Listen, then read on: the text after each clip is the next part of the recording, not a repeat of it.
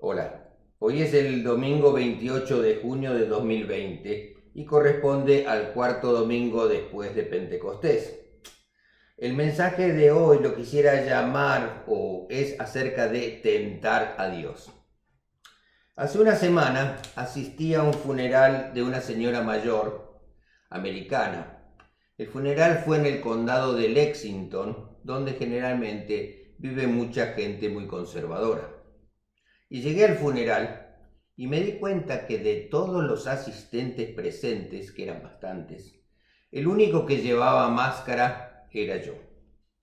Entramos en la capilla y la gente se sentó una al lado de las otras sin ninguna distancia entre ellos. Yo estaba sorprendido y hasta hubo algunas toses y también algún estornudo. Tampoco la gente de la funeraria, los empleados, no usaban máscaras. En medio de la crisis que estamos viviendo está pasando algo extraño. Muchas personas no usan máscaras, para algunos de ellos no las usan porque no usarlas es un símbolo político. De seguir siguiendo el ejemplo del señor presidente. Esa gente sostiene que usar máscaras es mostrar debilidad.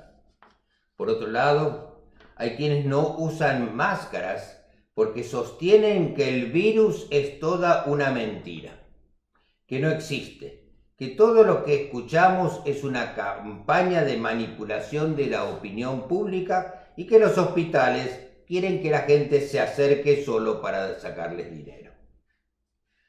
Hay también muchas personas que erróneamente piensan que como tienen fe nada les puede pasar, ni enfermarse, y que es solo voluntad de Dios si se contagian o no se cuiden o no se cuiden.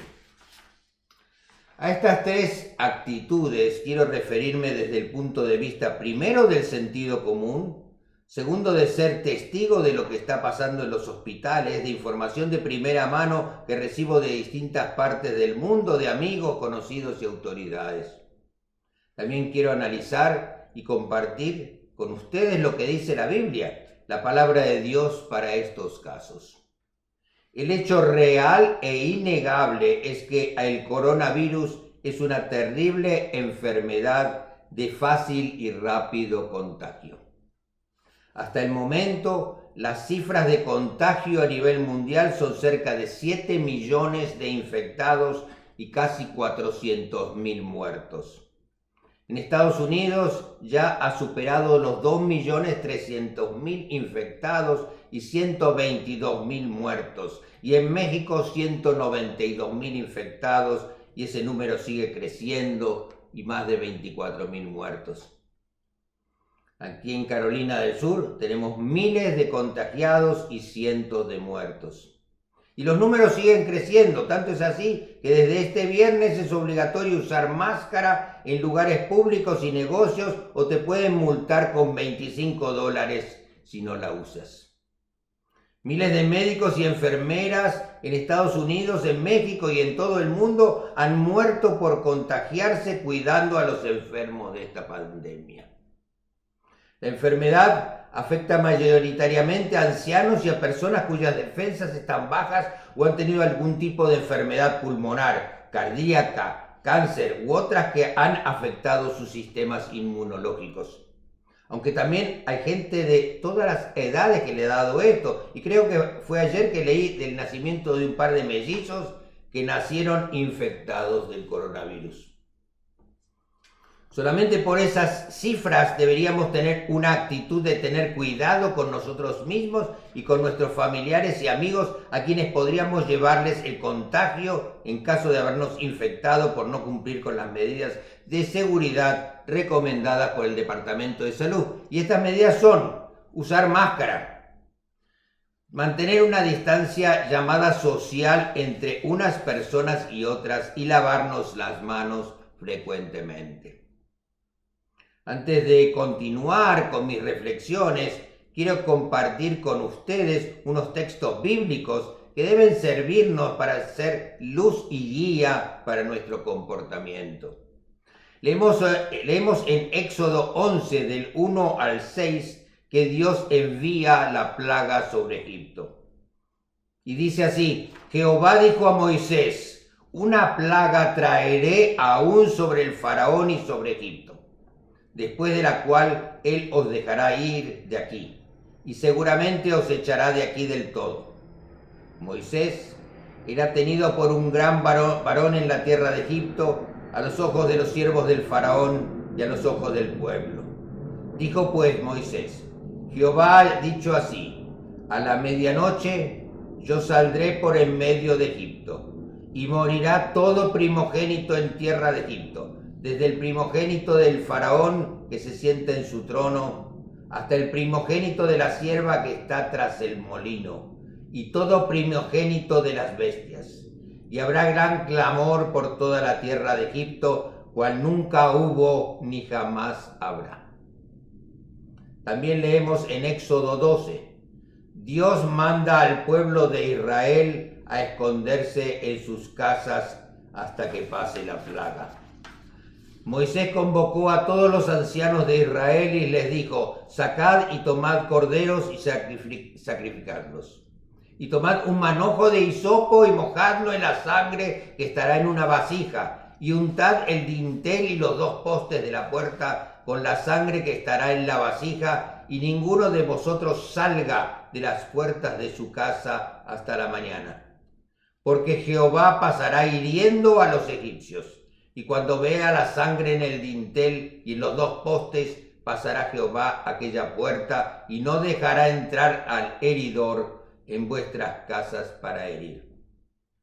También el profeta Isaías en 26:20 nos dice: ve, pueblo mío, entra en tus habitaciones y cierra las puertas tras de ti. Escóndete por un tiempo mientras pasa la ira. El ser cuidadosos es un deber, y de esa manera cumplimos con los mandamientos de Dios, de amar a Dios sobre todas las cosas y al prójimo como a nosotros mismos. Nosotros somos la creación preciosa de Dios. Somos sus hijos e hijas amados, y como tal no podemos hacer nada que ponga en riesgo nuestras vidas, especialmente si no es por una razón o una causa que no podamos evitar. Amar al prójimo es protegerlos y evitar poder llevarles el virus y enfermarlos y ponerlos en riesgo de terribles sufrimientos, consecuencias desconocidas y aún la muerte. Debemos tener una fe inquebrantable y poner nuestro destino en manos de Dios y esperar en paz aunque el miedo y el terror nos rodeen. Pero una advertencia: para aquellos que dicen o piensan que nada les va a ocurrir, recuerden que la decisión de sanar o de morir está solamente en las manos de nuestro Señor. Los que no quieran cuidarse irresponsablemente están mostrando un orgullo que es pecado. Nadie tiene que poner en peligro sus vidas y salud arriesgándose a un contagio. Exponer sin razones poderosas la vida es absurdo y contrario a la voluntad de Dios. Cuando reflexionamos en tentar a Dios arriesgándonos, debemos recordar el texto de Mateo 4 del 6 al 7 que nos dice así: y el diablo le dijo a Jesús: si eres hijo de Dios, tírate abajo, pues escrito está: a sus ángeles mandará cerca de ti y en sus manos te sostendrán para que no tropieces con tu pie en la piedra. Y Jesús le dijo: escrito también está que no tentarás a tu Señor, tu Dios. Al preparar estos textos para ustedes, leía el caso de un pastor norteamericano llamado Mark Wolford, quien murió al ser mordido por una serpiente de cascabel en el muslo durante un servicio religioso, cuando trataba de demostrar que porque estaba en la iglesia y decía que confiaba en Dios, nada malo podía pasarle. Es fundamental creer y saber que Dios cuida de nosotros, pero es necesario también el ser cuidadosos y actuar consecuentemente. De otra manera es tentar, desafiar a Dios. Jesús le dice claramente a Satanás: no pondrás a prueba a tu Señor. Cuando Jesús se niega a arrojarse abajo desde lo alto del templo cuando el diablo lo desafía, Jesús nos muestra que no debemos ser descuidados y faltos de responsabilidad con nuestras vidas, especialmente en la actual crisis de salud. Tentar a Dios es poner en prueba su bondad y su poder todopoderoso. El desafío que viene junto a la tentación atenta contra el respeto y confianza que le debemos a Dios. Dios nos ama, pero eso no quiere decir que queramos probarlo a ver si nos cuida o no. Como un ejemplo, el no cuidarse del contagio es como tomarse unas cuantas cervezas de más y salir a manejar diciendo que como tengo fe en Dios, nada me puede pasar. Esto es ser irresponsable y no es agradable a Dios. Este tiempo nos exige prudencia y paciencia. Todos tenemos que salir a trabajar, pero hagámoslo sin ser descuidados. Este es tiempo de unidad y solidaridad. Pongamos nuestra confianza en nuestros dirigentes que velan por nosotros. Muchas personas preguntan por qué todavía no nos permiten celebrar misa en recintos cerrados y la respuesta es muy sencilla. Es por amor a nuestros hermanos. Nosotros no queremos de ninguna manera crear ningún riesgo para que nadie pueda ser contagiado. Por eso, hoy se hará una experiencia de dar misa al aire libre, con máscaras y con sillas con distancia social para ver cómo nos va. Leía la historia de un padre, un sacerdote, que contaba que unos días atrás una señora lo llamó y le dijo que creía que estaba mal que las iglesias estuvieran cerradas y que ella creía que eso revelaba falta de fe. El padre le contestó que cerrar un templo en medio de la pandemia no era un problema de fe, sino una actitud de sentido común. Nosotros, los sacerdotes, los pastores, debemos ser responsables de la salud espiritual de la comunidad y de la salud de los que asisten al templo. La señora le dijo al sacerdote, ¿no cree que es falta de confianza en Dios creer que Él pueda permitir que nos contagiemos si venimos al templo a rezar? Y el padre le dijo a la señora, señora, si las autoridades de salud determinan basados en sus conocimientos científicos que la situación es peligrosa por cómo se están creciendo los contagios, no podemos ignorar esas advertencias.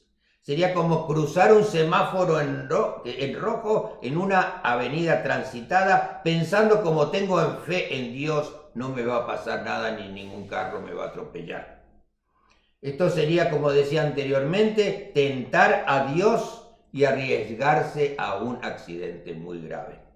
Yo, a principios de este año, estuve 2 veces internado en terapia intensiva y realmente estuve muy cerca de la muerte. Yo tenía total fe en Dios y estaba en paz. Y había puesto mi vida en sus manos.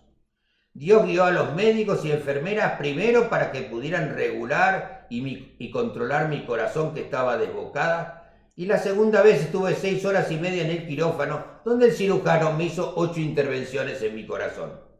Dios le dio el conocimiento al médico para curarme y el médico empleó sus habilidades para salvarme. El médico fue las manos de Dios para tratarme. Yo seguí las normas. Si me hubiera quedado en casa rezando, hoy no estaría acá con ustedes. Siempre Dios nos mira con afecto y Dios nos va a ayudar cuando esto coincida con sus planes para nosotros. Al mismo tiempo, Dios quiere que nosotros, además de orar y ponernos en sus manos, seamos prudentes y responsables. Y sobre todo que no lo desafiemos y no lo tentemos. Personalmente, yo sí creo en el poder de la oración.